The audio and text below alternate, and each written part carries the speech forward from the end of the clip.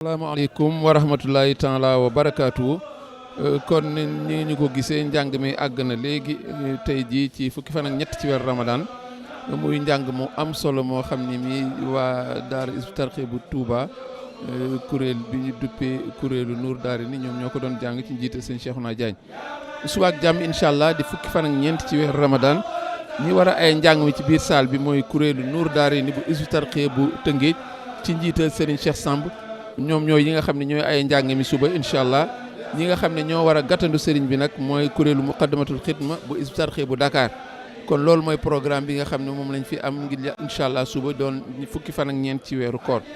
Donc nous venons de vivre en direct la déclamation sur les écrits de Cheikh Ahmadou Bamba qui vient de se terminer. Demain incha allah 14e jour du mois lunaire de Ramadan, ce sera le kuréel Nour Daarayni de la daara Hizbut Tarqiyyah de Rufisque sous la direction de Serigne Cheikh Samb qui va déclamer dans la salle et l'accueil sera fait par le kuréel Muqaddamatul Khidma de la daara Hizbut Tarqiyyah de Dakar.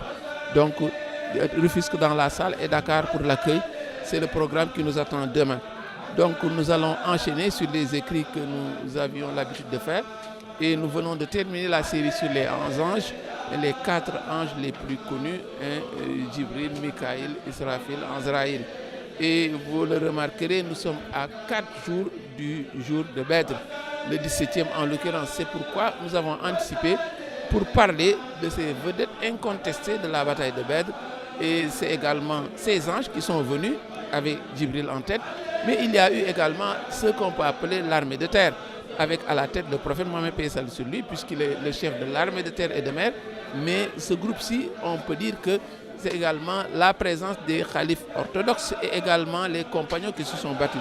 C'est pourquoi nous voulons leur rendre un hommage pendant qu'il est temps. Et le 17e, nous allons parler globalement de Asma Ul-Badrin, des gens de Badr, donc Ahlul Badrin pris dans son ensemble. Et par anticipation, donc, nous allons parler de ceux-là qui ont été les vedettes de cette guerre. Ces preux à l'endroit desquels le cheikh, au vers 115 de Jazbul Khouloub, disait que le jour où les braves hommes se firent connaître, le jour de l'agrément et de la disgrâce. Donc, il mérite bien qu'on parle d'eux avant que n'arrive ce jour, puisque si ce jour a été une grande réussite, une victoire éclatante, mais il y en a également une part qu'on leur doit pour cela. Donc, il faut dire donc que parmi ces 4, il y a donc il y a Ousmane, il y a Omar, il y a d'abord Abou Bakr, nous le verrons. Il y a Omar, nous le verrons. Il y a Ousmane, il y a Ali.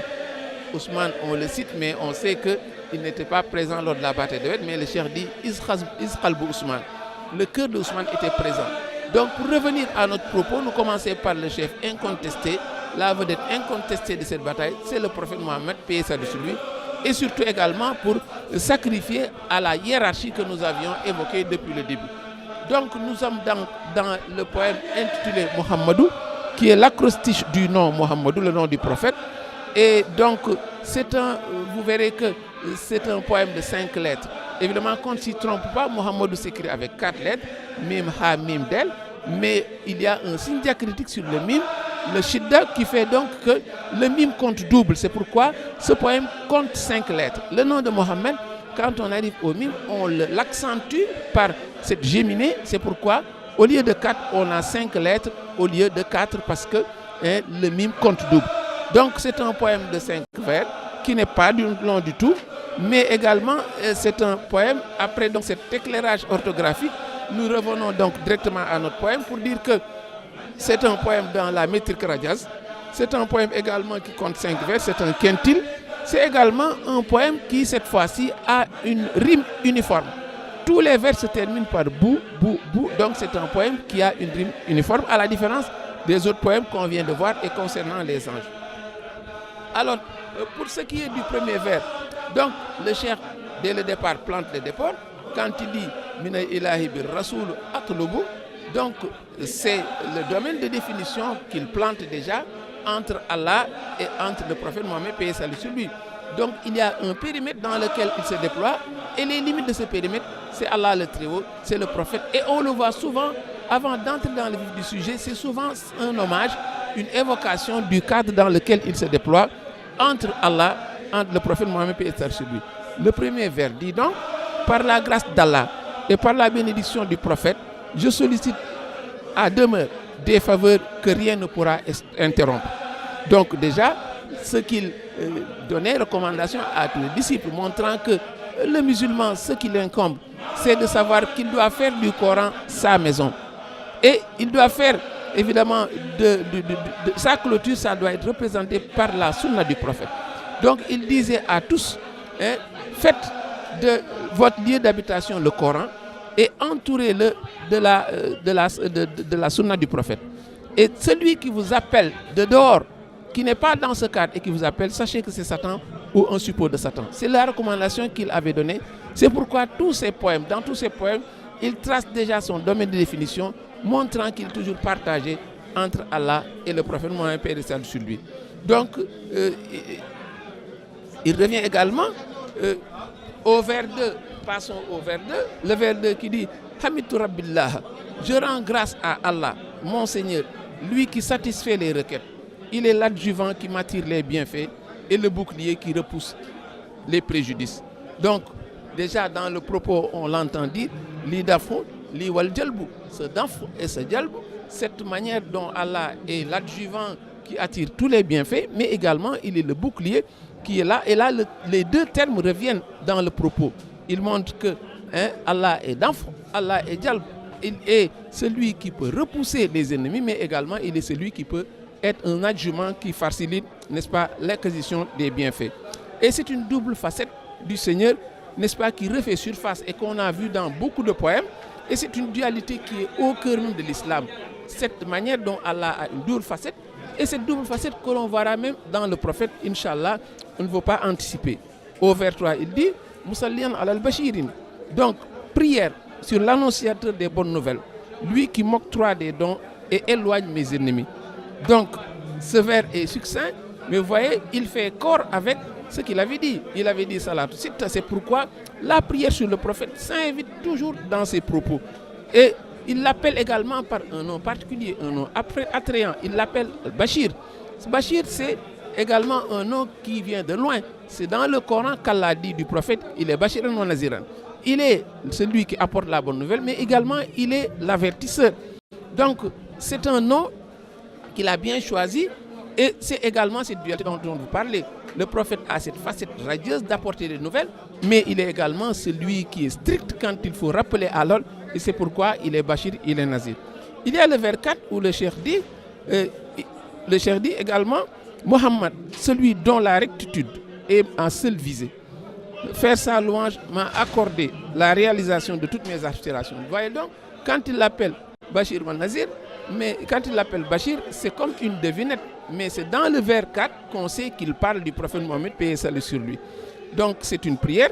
Et ce vers 4 est également une louange.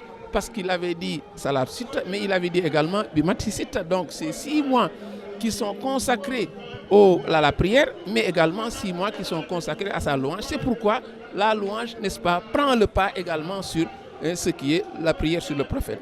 Et il y a le vers 5 qui est le vers de clôture quand il dit dans Rabbi Yabihi wa atlubu minubi sa'adatan la taslubu. Par la bénédiction du prophète, je sollicite auprès d'Allah qu'il me gratifie d'un séjour éternel, d'un salut éternel.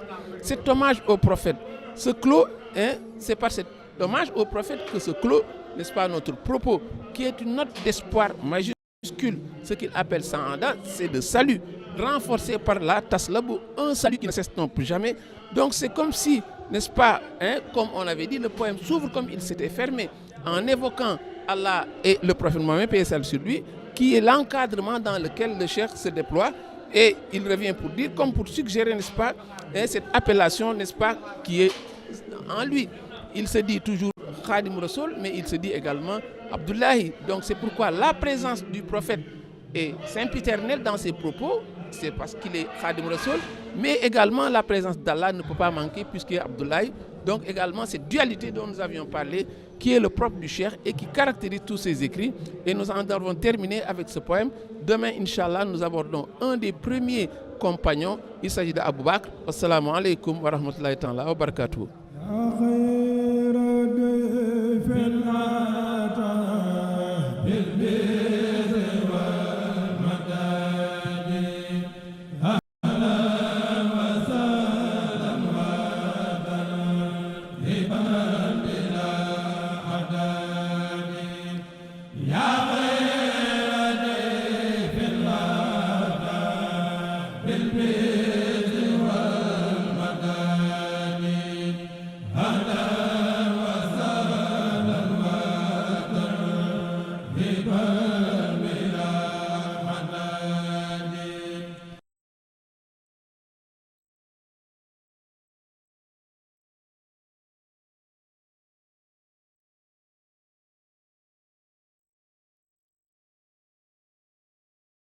yaa xayra dayfin ataa bil birri wal madaadi ahlan wa sahlan wa tarhiban bilaa adaadi yaa xayra dayfin ataa bil birri wal madaadi ahlan wa sahlan wa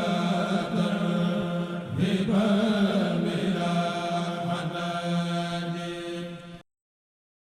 yaa xayra dayfin ataa bil birri wal madaadi ahlan wa sahlan wa